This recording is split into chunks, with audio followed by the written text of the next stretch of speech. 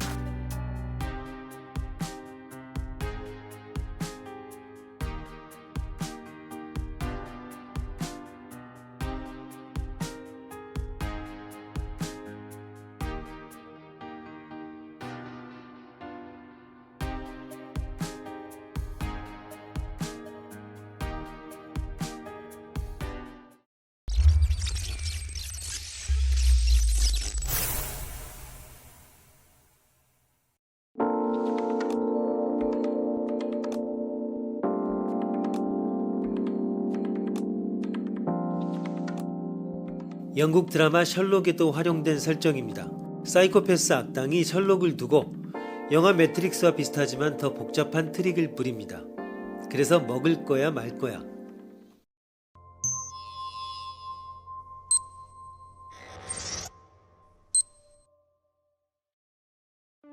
닥터 사이코는 여러 번 나를 대상으로 대처 능력을 알아보는 실험을 해대는 귀찮기 짝이 없는 친구이다. 어느 날 함께 식사를 한 직후에 닥터 사이코는 말도 안 되는 말을 했다. 이 정제는 지난번 말의 안락사에 사용한 동물 A이다. 마시면 한 알로 인간은 확실히 죽지만 다른 동물 B에 대해서는 확실한 해독제이다. 즉 A와 B를 양쪽 모두 마신 사람은 생명에 별 이상이 없고 불쾌한 정도의 부작용을 일으킨다. 그런데 사실 내가 지금 마신 커피 안에 미리 B를 넣어두려고 생각했다. 정말 넣었다고 생각해? 당신은 깜짝 놀랐다. 닥터 사이코는 충분히 그럴 녀석이다. 걱정할 필요 없어. 이 A를 줄게. 내가 이 정제를 마실 것이라고 내가 예측했을 경우 커피에 B를 넣지. 그리고 내가 이 정제를 마시지 않을 것이라고 내가 예측했을 경우에는 커피에 B를 넣지 않지. 이 기준으로 B를 넣을까 넣지 않을까를 결정했어.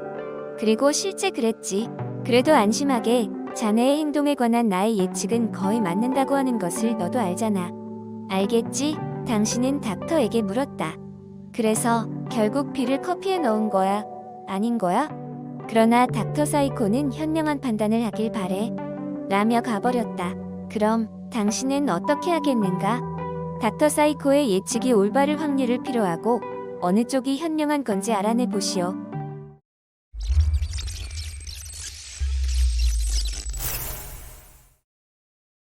남겨진 당신에게는 다음에 4가지 가능성이 있습니다. 당신이 정제를 마시는 것과 마시지 않는 것으로부터 각각 얻을 수 있는 기대 효용을 계산해 봅시다.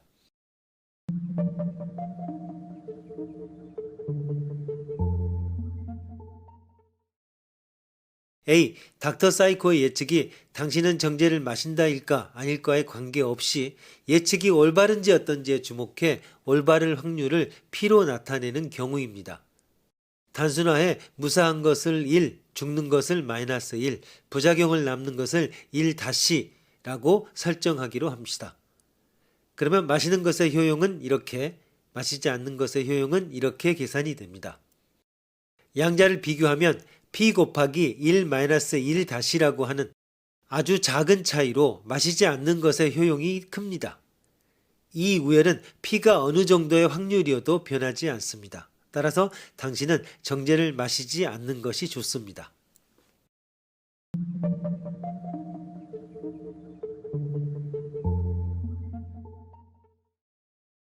B. 닥터 사이코의 예측이 올바른가 아닌가에 관계없이 당신은 정제를 마신다인지 아닌지에 주목해 그 확률을 P로 나타낸 경우입니다. 그러면 마시는 것의 효율은 이렇게, 마시지 않는 것의 효용은 이렇게 계산이 됩니다. 그래서 마시는 것의 효용 빼기 마시지 않는 것의 효용을 계산하면 3p 더하기 p 다시 마이너스 2가 됩니다. 이 차이는 0보다 큰 것은 4p-는 2보다 크다. 즉 p-는 2분의 1보다 크다 이고 2는 p는 2분의 1 플러스 알파보다 크다가 됩니다. 즉 p가 2분의 1보다 조금 큰 수보다 큰 경우에는 마시는 것의 효용이 크다는 것입니다. p가 2분의 1보다 분명히 큰 경우란 닥터사이코가 당신은 정제를 마실 것이다 라고 예언한 확률이 반반보다도 분명히 큰 경우입니다. 예를 들어 만약 닥터사이코가 당신에게 정제 A를 마시게 해 그 부작용을 관찰하고 싶다면 닥터사이코는 당신이 정제를 마셨을 때 죽는 것이 아니라 부작용을 경험하도록 중화동물 B를 커피에 넣어두었을 것입니다.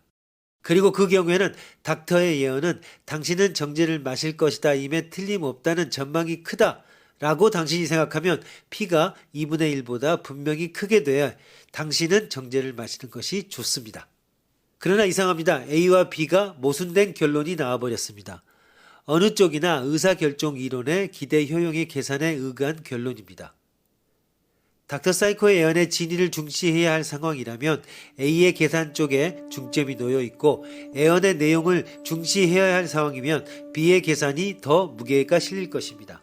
닥터사이코의 예언에 어느 측면이 중시되어야 할 것인가에 대해서는 상황의 구체적인 세부가 정해지지 않으면 판단 내릴 수 없습니다.